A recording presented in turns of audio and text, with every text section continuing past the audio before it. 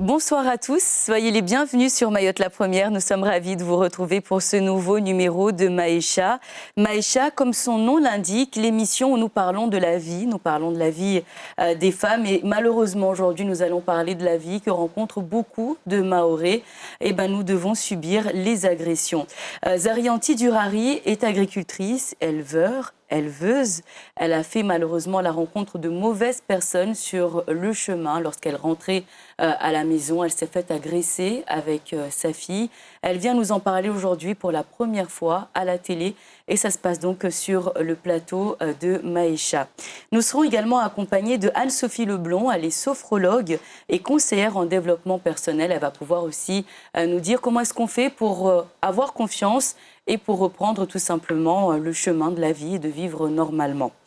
Zarianti, merci d'être avec nous. Comment allez-vous? Ça va. Vous allez bien? Aller, oui. Parlez-nous un petit peu de vous, vous, en tant que maman, d'où vous venez, combien d'enfants vous avez? Je m'appelle Durari Zarianti, j'habite à Sada et je suis agricultrice éleveur à Vaïbé. Et là, je suis maman de 5 enfants et j'élève d'autres enfants qui ne sont pas de le mien. Mais ça fait beaucoup de boulot à la maison. Oui, il n'y a pas de souci. Des journées bien chargées, j'imagine. Oui. Et vous aimez, bien sûr, votre travail. Oui, oui. Qu'est-ce que vous faites dans la vie? Agricultrice, vous êtes où exactement? Vous vous occupez de quoi? Qu'est-ce que vous aimez faire là-bas? Moi, je fais de maraîchage. Je fais élevage caprin et bovin. Et je suis vendeuse. Après mes récoltes, je vends au marché. Soit je livre aux particuliers, aux restaurations. Et c'est de ça que vous vivez aujourd'hui? Vous n'avez pas d'autres... Non, non. C'est de ça que je travaille. C'est mon travail et ça me plaît. C'est dommage. Vous aimez bien ce que vous faites? C'est vos parents qui vous l'ont appris avant ou c'est quelque chose que vous avez découvert toute seule? Bien sûr, c'est les parents. Au début, c'était les parents, mais après, comme ils étaient déjà fatigués, j'ai repris la relève et que ça m'intéresse. Parfait. Ouais. Merci encore une fois d'avoir accepté notre invitation. Avant de nous parler de ce qui s'est passé ce jour-là et ces autres jours-là, j'aimerais d'abord, Anne-Sophie, merci d'avoir répondu à cette invitation. Contente d'avoir une sophrologue et conseillère en développement personnel dans cette émission. D'ailleurs, parlez-nous de ce métier. Qu'est-ce que c'est exactement que la sophrologie? Donc, la sophrologie, c'est une technique de relaxation, donc psychocorporelle. Ça a été mis au point dans les années 1960 à peu près par un médecin psychiatre. Et la sophrologie consiste effectivement à relâcher à la fois le corps et le mental. Et pour cela, donc, on va utiliser 3 techniques essentiellement. Donc, la première qui va être des techniques de respiration, donc des respirations contrôlées, en conscience. Ensuite, on va utiliser du coup des mouvements corporels extrêmement doux.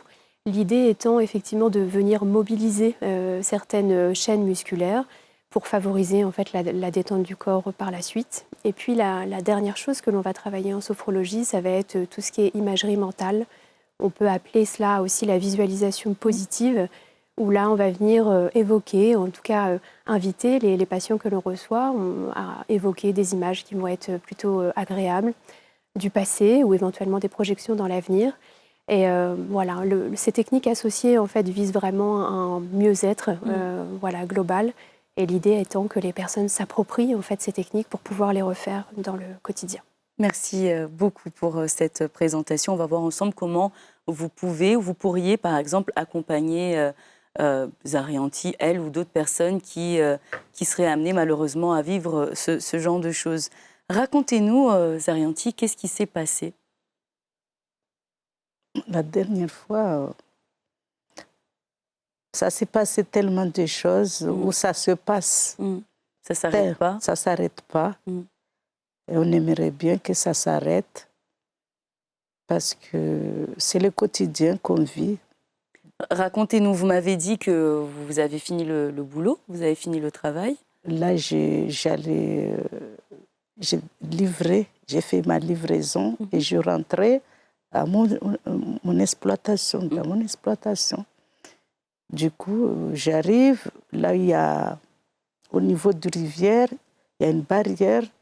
J'ai vu les jeunes, une quinzaine de jeunes avec des chiens, qui étaient nombreux aussi, m'ont arrêté avec des couteaux, machettes.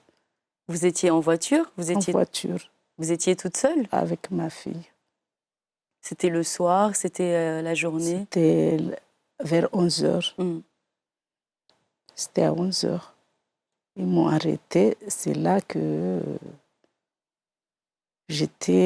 ma fille, elle est paniquée. Elle a paniqué. Et il me disait, votre téléphone, le sac, il faut donner tout, de l'argent. Et sinon, tous les couteaux. Et j'étais enfermée. J'ai fermé la voiture, mais ils essayaient d'ouvrir. On a essayé de remonter et du coup, au final, j'ai cédé. Et ils ont pris tout ce qu'ils voulaient, même qu'ils ont pris les téléphones, les sacs. Il y en a aussi qui sont retournés pour demander encore. C'est là que j'ai eu très, très peur que peut-être ils allaient j'allais plus vivre, quoi. J'ai vécu tellement que quand on essayait de fermer, eux, ils ouvraient. Il y en a qui sont des deux côtés, ils sont partis à la rivière pour chercher des gros cailloux pour nous tabasser. C'est ça. C'est tous les jours, je pense à ça quand je vais au travail même, quand je suis sur place, quand j'entends les chiens qui aboient, je dis c'est fini, je me cache. Et je ne travaille plus, des fois je rentre. Et vous travaillez comme ça, enfin, c'est votre quotidien? C'est mon quotidien parce que j'ai des crédits à payer, j'ai des salariés, parce que je prends des salariés, je dois payer le salarié et c'est ça. Je ne peux pas arrêter mon travail et c'est le seul travail que je me sens capable, que j'aime, quoi, parce que avant je travaillais au vice-rectorat, à la mairie et j'ai tout laissé. Là, travailler dans mon champ, je suis à l'aise. Voilà. Je suis à l'aise. Ben déjà, vous êtes très courageuse de venir nous en parler et de continuer malgré tout à aimer quand même ce travail, puisque voilà, on ne vous décourage pas malgré ce qui a pu vous arriver. Rassurez-nous, vous allez bien. Vous n'avez pas on ne vous a pas frappé. Non, heureusement. C'est bien, c'est ça ce que je dis tout le temps, que Dieu merci, je remercie à mon Dieu et que je prie tout le temps que peut-être ça ne va plus arriver parce que ce que je fais là-bas, ce n'est pas que à moi, mais c'est pour tout le monde dans ce monde. Parce que des fois, moi je vends même à Métropole. Il y a des gens qui font leurs commandes à Métropole, à Réunion. C'est pourquoi ça m'épanouit dedans, quoi. Je suis épanouie. Merci encore d'avoir accepté d'en parler. Je sais que c'est pas facile. On a parlé longtemps ensemble et je sais que c'était vraiment pas facile pour vous d'en parler puisque vous revoyez malheureusement ces images qui vous ont presque traumatisé, qui vous ont traumatisé. On va en parler tout à l'heure. J'aimerais d'abord poser la question à vous, Anne-Sophie Leblond. Comment est-ce que vous pouvez intervenir dans ce genre de cas? Si vous deviez intervenir avec Zarianti, qu'est-ce que vous auriez fait? Comment est-ce que vous l'aurez aidé? Alors, je dirais qu'en première intention, l'idée dans ce genre de situation et d'événements traumatisants, effectivement, il serait plutôt recommandé de voir une personne, tel un psychologue ou un médecin psychiatre, éventuellement, en fonction du coup des situations, qui sont les premières personnes, du coup, effectivement, les premiers professionnels à consulter dans ce genre de situation. En parallèle, effectivement, la sophrologie peut être très indiquée, effectivement, en complément, puisqu'il s'agit, donc, comme j'expliquais, d'une technique psychocorporelle. Et en fait, le traumatisme en fait, laisse des traces d'un point de vue psychologique, comme Zarianti peut nous l'expliquer, peut laisser aussi des traces au niveau émotionnel, avec ce sentiment de peur du coup, qui accompagne, mais laisse aussi des traces physiques, c'est-à-dire qu'on peut ressentir parfois la peur telle qu'elle se manifeste avec les sensations de souffle coupé, des tensions en fait, qui viennent se manifester au niveau du corps, et puis cette hypervigilance que vous pouvez décrire également, le fait d'être tout le temps un petit peu en alerte. Et bien c'est là-dessus en fait que la sophrologie va intervenir. L'idée va être de reprendre confiance dans ses capacités à pouvoir gérer les manifestations anxieuses. Là où le traumatisme en fait, a généré en fait, une espèce de dissociation entre le corps et le mental, la sophrologie va essayer effectivement de réunir un petit peu tout cela, rationaliser les choses et être davantage présent dans l'instant et voilà, maîtriser quelques techniques pour pouvoir faire redescendre un petit peu, comme on dit, voilà, les manifestations d'anxiété. Zarianti, est-ce que vous avez parlé avec un professionnel lorsque ces agressions sont arrivées? Est-ce que vous avez pensé un jour à en parler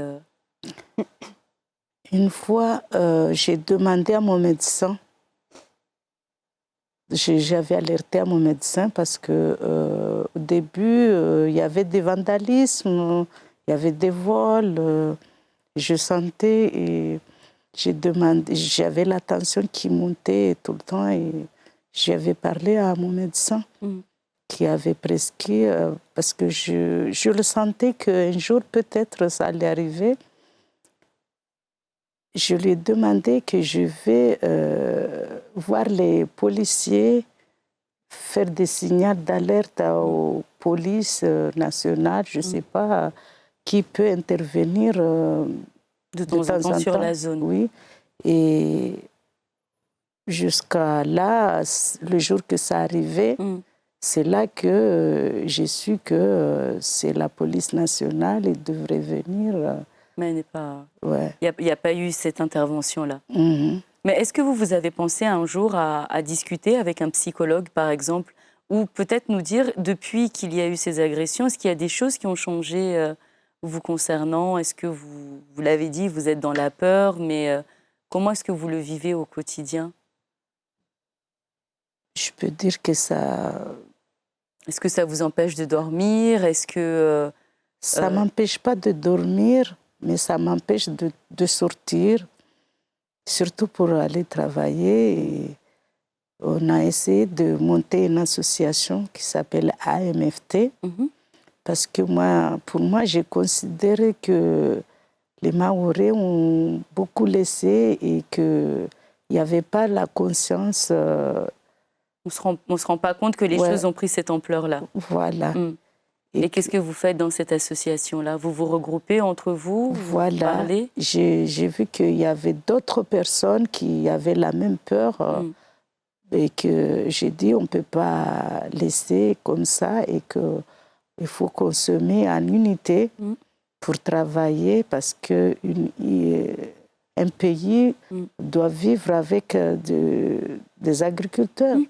C'est les agriculteurs qui fait vivre un pays et qu'il faut qu'on se parle, on fait en unité et que là j'ai beaucoup des agriculteurs, des éleveurs, même pour les pêcheurs, pourquoi pas. Vous êtes réunis pour pouvoir vous entraider. Et c'est là qu'on se met un peu en confiance, un peu. D'accord, c'est seulement dans ces moments-là que vous vous parlez, que vous vous dites ce que vous avez vécu et les difficultés que vous rencontrez. Tout le monde dit et que là, on se rend compte que peut-être c'est pas nous, c'est pas moi toute seule.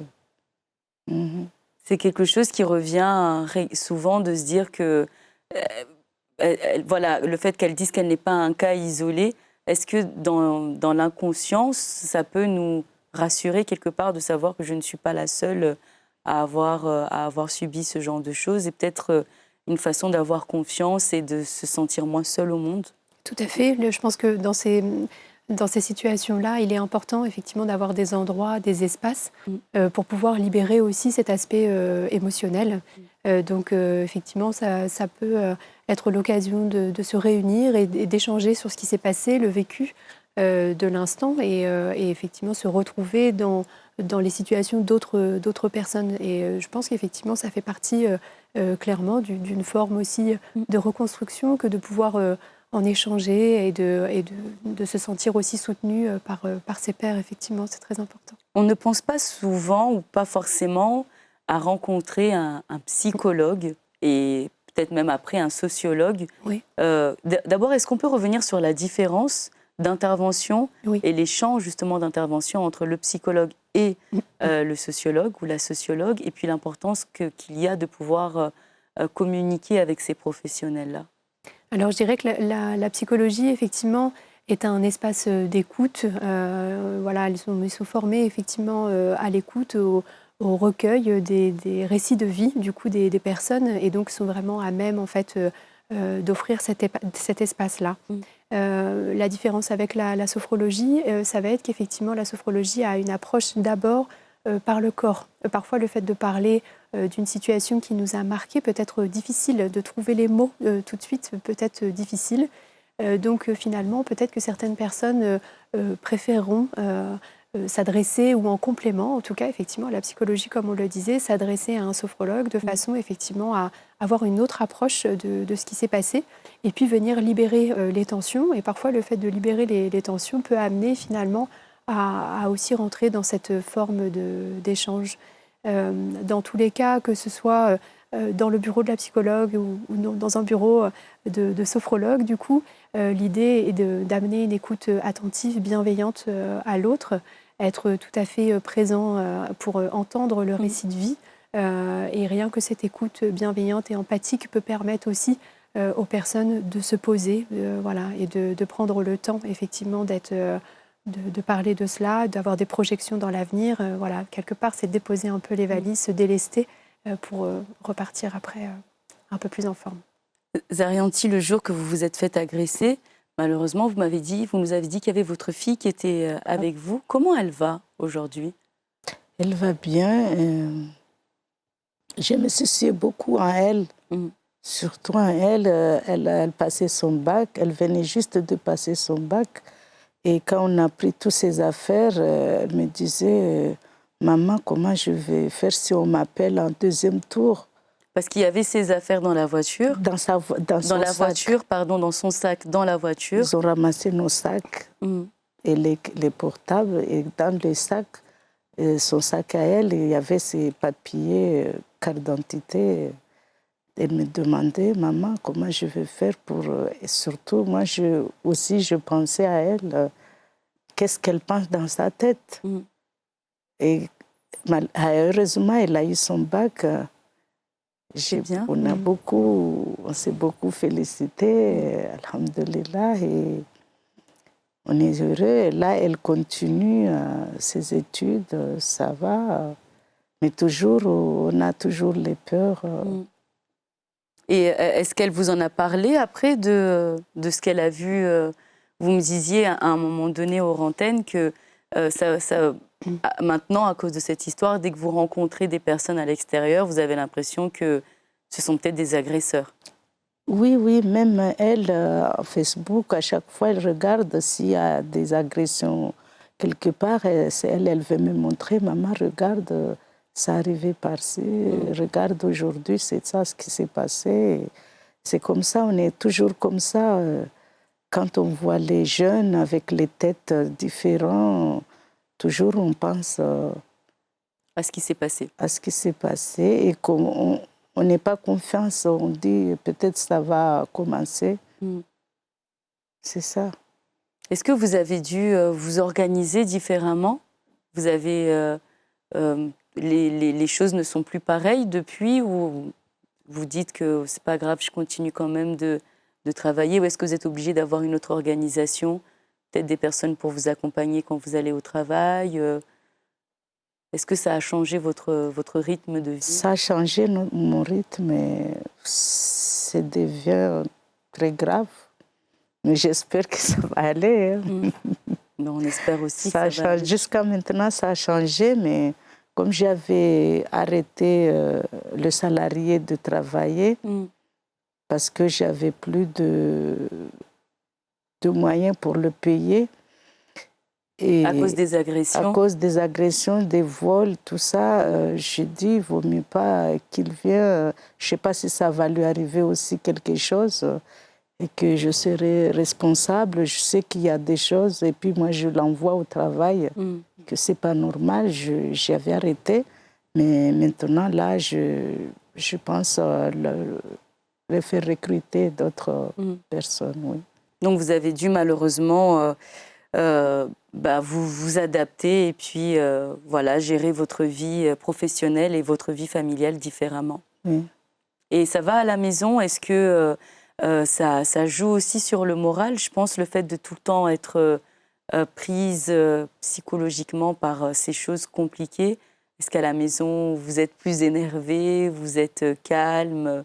Est-ce que ça a changé quelque chose à la maison? Non, non, parce que comme mes enfants ils sont calmes comme moi et on en parle.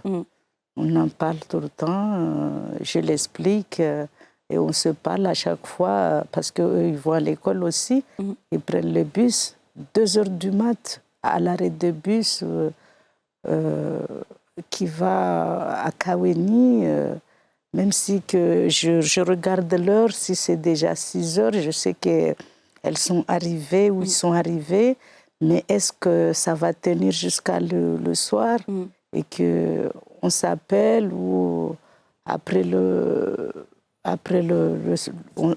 rentrée, on est rentrés tous, on se dit Dieu merci que tout le monde est là, qu'il n'y a rien qui est arrivé, mais on est tout le temps comme ça. En tout cas, vous êtes une femme et une maman très courageuse. Merci. Et vous êtes vraiment un exemple, en tout cas, de courage pour nous. J'espère qu'on aura le même courage que vous pour continuer à se battre et à vivre au quotidien. Anne-Sophie, malheureusement, c'est ce qu'on disait, que ça peut être le quotidien de beaucoup de personnes à Mayotte, entre les embouteillages, entre la crainte de voir son enfant arriver sain et sauf à l'école, entre nous de pouvoir aller tranquillement au travail et de revenir à la maison. Je sais que vous pouvez aussi intervenir dans ce genre de choses, dans ce développement personnel, puisque ça joue sur notre morale, sur l'enthousiasme, l'envie de vouloir... voilà, toutes ces choses-là, j'imagine que ça peut jouer malheureusement.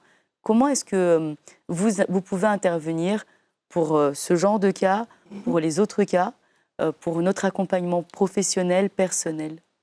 Alors, je dirais que l'idée, effectivement, ça va être de développer plutôt ce qu'il y a de positif. Alors, effectivement, il peut arriver sur Mayotte ou sur d'autres territoires qu'il se passe des événements comme il se passe, voilà, comme on peut le voir au quotidien. Donc l'idée, ça ne va pas être vraiment de rentrer en lutte du coup contre ces pensées négatives ou ces événements négatifs. L'idée va être plutôt de valoriser ce qui se passe de bien, d'essayer d'être davantage présent du coup dans l'instant et de vivre du coup plus sereinement malgré ce qui se passe. Donc ça va être détourner un petit peu son attention de ces événements-là, en utilisant, alors à la fois, ça peut être des respirations anti-stress, quelque part. L'idée, ça va être effectivement parfois d'utiliser sa respiration pour détourner un petit peu les pensées un petit peu envahissantes.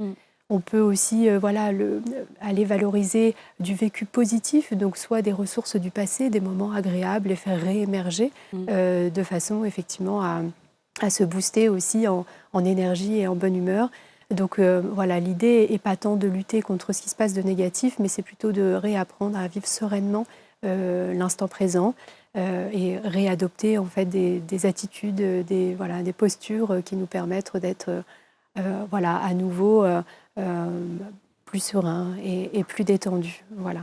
Qu'est-ce que vous faites, vous, Arianti, quand vous êtes énervé, quand vous êtes stressé ou énervé ou que vous avez peur? Est-ce que vous avez une technique à vous? On souffle, on prie. C'est ça, oui. Vous soufflez, vous oui, priez. Oui. Je souffle, un grand souffle. On boit de l'eau et... Chez nous, on dit vous himidia, c'est ça?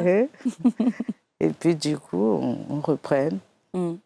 Qu'est-ce que vous aimeriez pour les jours à venir? Comment est-ce que vous imaginez votre travail, le quotidien de vos enfants? Qu'est-ce que vous aimeriez pour vous?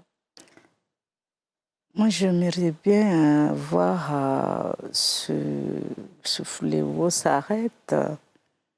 J'espère que ça s'arrête parce que ce que j'ai vu aujourd'hui, ça me met en souffrance aussi. Ce matin, je suis arrivée, j'ai ramené ma fille à l'hôpital, à la radiologie. J'ai trouvé un jeune homme qui s'est allongé, il a dormi par terre sans rien. Et ça m'a aussi travaillé. J'ai dit, mais à Mayotte, il n'y avait pas de clochard, ça n'existait pas. Et que, comme j'ai besoin des personnels, même des jeunes, pour travailler avec vous, travailler avec moi, et au lieu d'être dans les rues, on pourrait bien les aider. Et que quand on voit tout ça, ça m'a choquée aussi.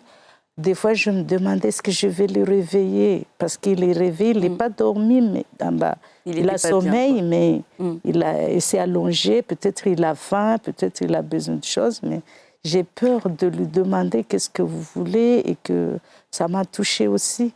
Je vois un jeune homme de 25 ans qui s'allonge par terre. C'est quelqu'un qui pourrait bien travailler, peut-être m'aider, je veux dire m'aider, mais je peux l'embaucher.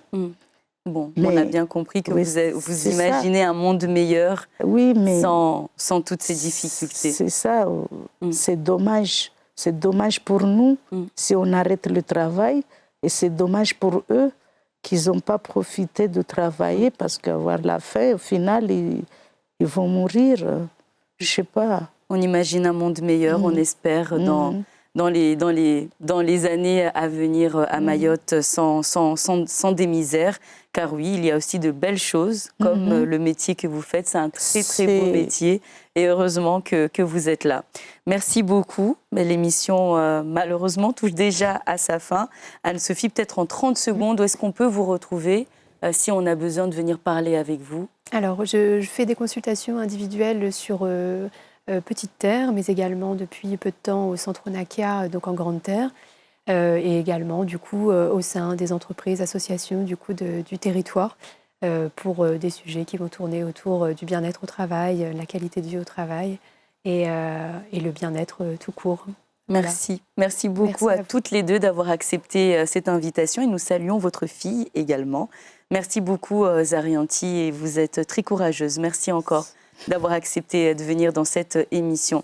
Comme à chaque fois, dans votre émission Maïcha, on va vous proposer un livre magnifique aussi qui revient sur le sujet du traumatisme. Celui qu'on a trouvé, c'est celui d'Aurore Saboureau-Seguin. Donc, c'est revivre après un choc. Allez-y, si vous avez l'occasion de le découvrir. Vous pouvez nous écrire directement à maïcha.mayotte@francetv.fr, et on se retrouve sur le site internet de La Première et nos réseaux sociaux. À très vite.